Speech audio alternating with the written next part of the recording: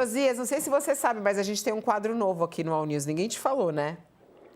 Falou, quadro internacional, né? Falou sim. Falou? Ah, você já está comunicado. UOL pelo Mundo, acho chiquérrimo. UOL pelo Mundo, vai chegando o pessoal pelo mundo. Vem gente da China e da Argentina hoje conosco. Eles já estão prontos? Já estão prontos? Sim! Nelson de Sá com vocês a partir de agora, diretamente lá da China. Olá, Nelson. Bom dia, boa tarde, boa noite para você aí. Boa noite, Fabíola. Boa noite, Josias. Que cidade Boa noite. que cidade exatamente você está? Eu estou em Pequim. Em Pequim. E a Amanda Cotring está em Buenos Aires. Olá, Amanda.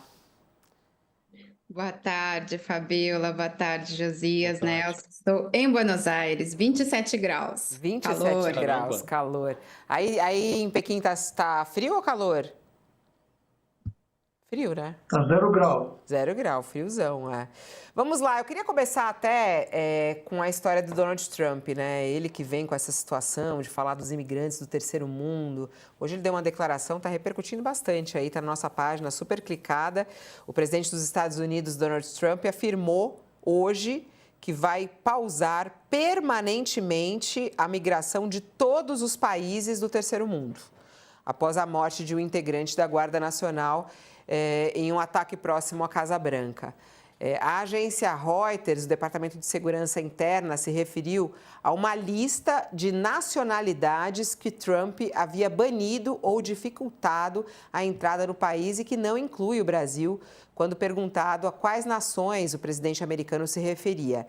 Entre esses países estão Afeganistão, que é a nacionalidade do autor do atentado em Washington, além de Cuba, Venezuela e Haiti, entre outros países da África, Ásia e Oriente Médio.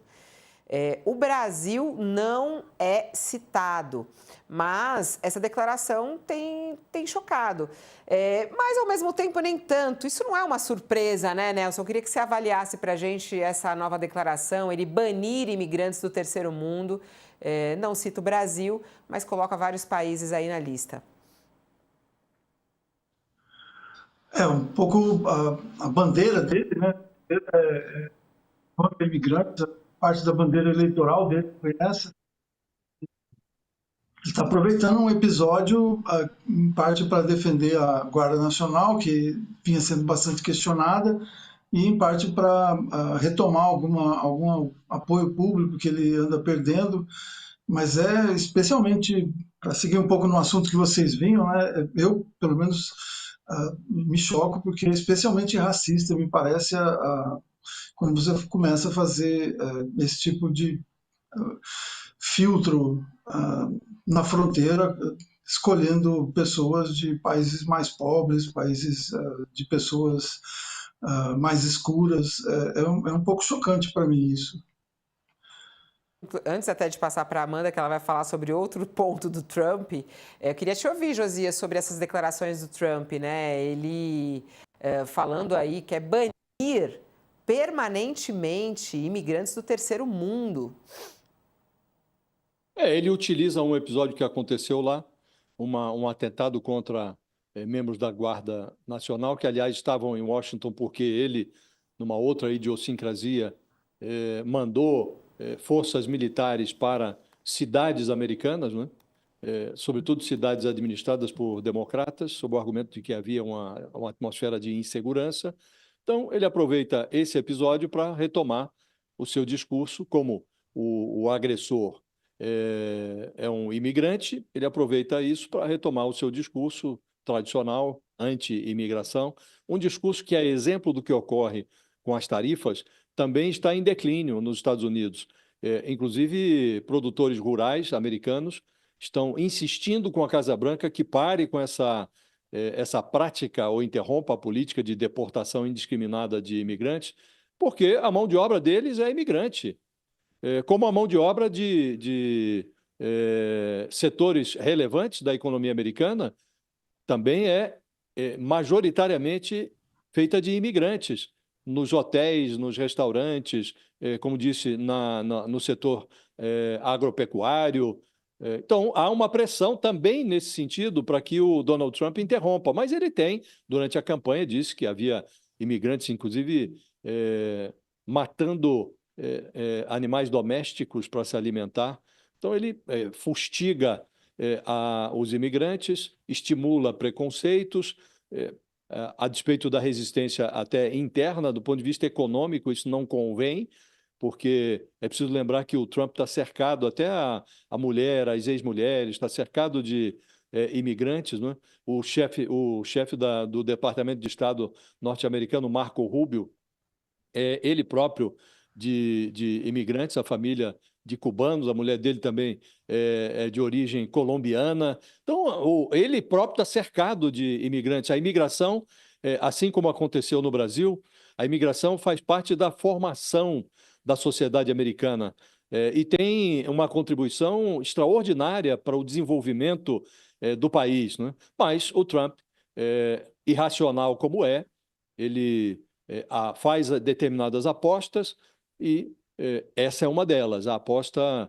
anti-imigração. No primeiro mandato diz que ia fazer o muro, deixou o muro lá construído incompleto e agora ele transforma o muro numa grande metáfora, né? Então o muro existe, deporta levas e levas de imigrantes e aproveita agora um episódio pontual ocorrido em Washington para retomar esta política. Agora, quer me parecer que, do ponto de vista estratégico para ele, esse discurso já não é mais tão útil quanto foi durante a campanha. Assim como as tarifas também, esse discurso anti-imigração quer me parecer que sensibiliza só um pedaço minoritário da sociedade americana, Fabiola. Bom, em relação à Venezuela, é tudo muito claro, né? Donald Trump também disse que os esforços em terra contra os traficantes de drogas venezuelanos vão começar em muito breve. Quero ouvir a Amanda Cotrinho, que ela tem de informações para a gente sobre essa disputa aí de Trump e Nicolás Maduro. Pois é, Fabiola, esse anúncio do Trump tem dentro de uma conjuntura, né, em que os Estados Unidos têm avançado, né, maritimamente, têm feito acordos com países vizinhos da Venezuela, né, na questão dos aeroportos. Lembrando que a semana passada os Estados Unidos fizeram um exercício militar em Trinidad e Tobago e é uma ilha que está a apenas 11 quilômetros de distância da costa venezuelana. Então, essas ameaças, né, dos Estados Unidos crescem cada vez mais e produzem efeitos no país. Um desses efeitos foi justamente o cancelamento de voos, né, de pelo menos 6 empresas aéreas que cancelaram voos no final de semana depois de um alerta de segurança dos Estados Unidos, entre elas a Gol, a Latam, a Avianca. E depois que esses voos foram cancelados, o Maduro emitiu um ofício dizendo que essas empresas estavam proibidas de sobrevoarem o espaço aéreo da Venezuela até a segunda ordem. Ou seja, ele considerou que essa atitude das empresas de cancelarem os voos está em consonância com os Estados Unidos. E isso repercutiu, porque mais de 15 mil passageiros tiveram seus voos cancelados. A situação pode piorar ainda mais, porque dezembro é um mês em que há muita movimentação nos aeroportos da Venezuela, principalmente de familiares dos venezuelanos que vêm visitá-los, né? Lembrando que a Venezuela tem uma diáspora, hoje em dia, milhões de venezuelanos espalhados pelo mundo, né? Fugindo justamente do regime de Maduro e usam essa oportunidade de Réveillon, Natal, para que os parentes visitem eles nos países em que eles estão ou eles possam ir para a Venezuela.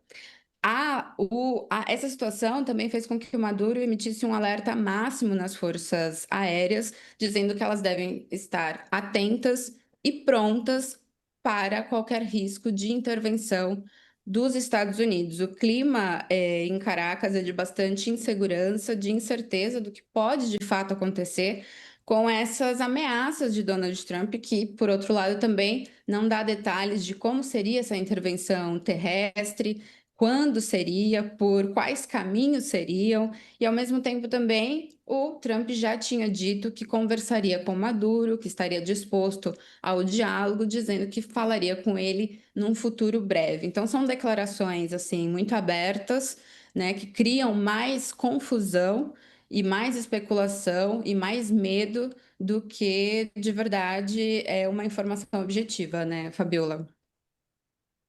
Donald Trump, o Nelson, publicou uma coluna falando justamente sobre essa tensão aí envolvendo China e Japão. Queria que você trouxesse isso também para a gente. Como é que está isso aí no termômetro, né? Essa situação e ainda envolvendo Trump, Nelson? Então, já são 3 semanas de crise entre China e Japão. A gente, enfim, 3 semanas atrás, a nova primeira-ministra do Japão fez uma declaração no parlamento japonês dizendo que, enfim, uma situação em Taiwan que militar poderia colocar em risco a sobrevivência do Japão, o que, enfim, foi uma maneira de dizer que permitiria ao Japão entrar militarmente em confronto com a China. A Constituição japonesa não permite conflito armado voltado para o exterior, não permite que o país entre em guerra, mas, enfim, permite a defesa do país. Então, foi, digamos, uma maneira dela de contornar a própria Constituição, e isso foi recebido de maneira muito, enfim, veemente por parte da China, porque, enfim, duas questões principais, duas linhas vermelhas chinesas, sobretudo, que foram transpostas. A primeira delas é que a primeira-ministra trouxe a memória de que do que o Japão fez com a China durante a Segunda Guerra Mundial, e a segunda é que questionou a ideia, o princípio de um só país, de uma só China, que é o que baseou enfim, quando em 1972 os dois países reataram de relações diplomáticas, foi essa a base. O Japão aceitou uma só China, e isso foi questionado então por ela nesse discurso. Tudo isso iniciou uma sequência muito grande de pressões, tanto verbais quanto de ações mesmo por parte da China contra o Japão. Enfim, culminando nessa semana com uma conversa que houve entre o Trump e o Xi Jinping, em que o Xi foi muito insistente com relação à questão de Taiwan e com relação à questão de que, na visão da China, Taiwan e China serem um só país é parte do legado da Segunda Guerra Mundial, parte do resultado da vitória na Segunda Guerra Mundial contra o Japão. Assim como, por exemplo, a união das duas Alemanhas foi um resultado necessário no pós-guerra. Posteriormente, os chineses gostam muito desse paralelo. O Trump ligou imediatamente para a primeira-ministra japonesa em seguida, e segundo vários relatos na imprensa americana e do próprio Trump, ele, enfim, expôs para ela que era necessário baixar a fervura e enfim, para citar uma frase da nota que ele mesmo soltou, que a frase dele era: "O mundo está em paz, vamos mantê-lo assim". Seria isso que ele teria falado para ela. Mas o porta-voz da primeira-ministra, Takaichi, negou que tenha sido isso, e a crise continua.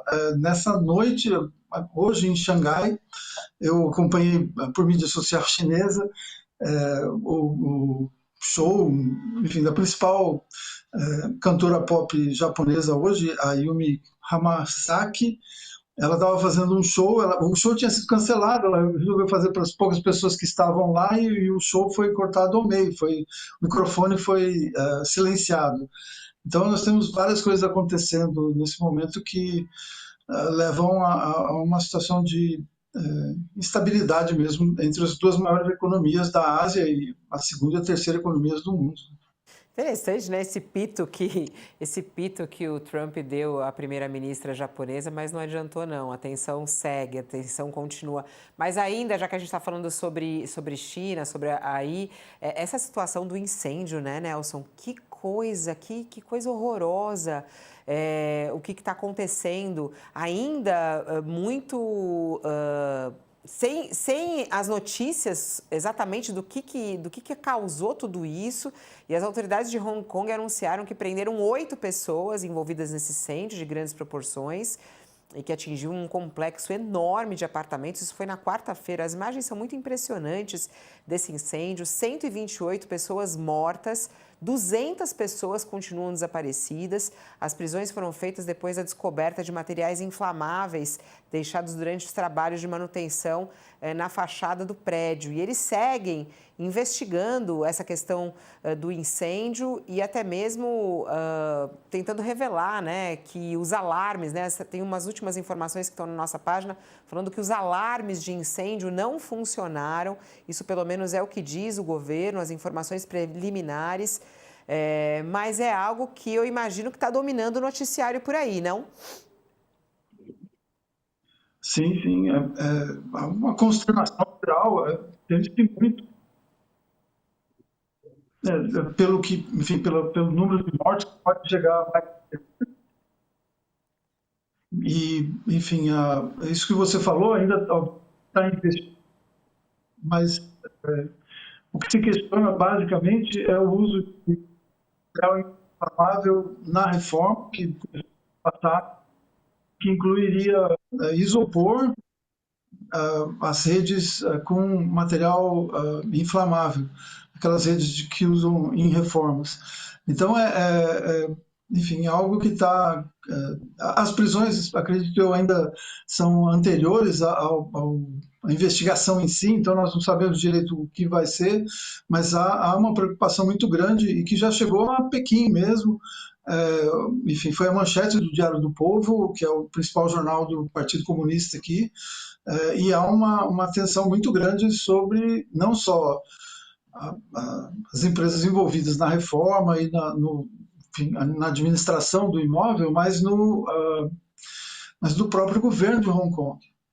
Enfim, até que ponto, enfim, não haveria também alguma responsabilidade por parte do Estado em Hong Kong por uma tragédia que é realmente maior em 70, 80 anos. Há um choque muito grande aqui, a consternação é geral mesmo.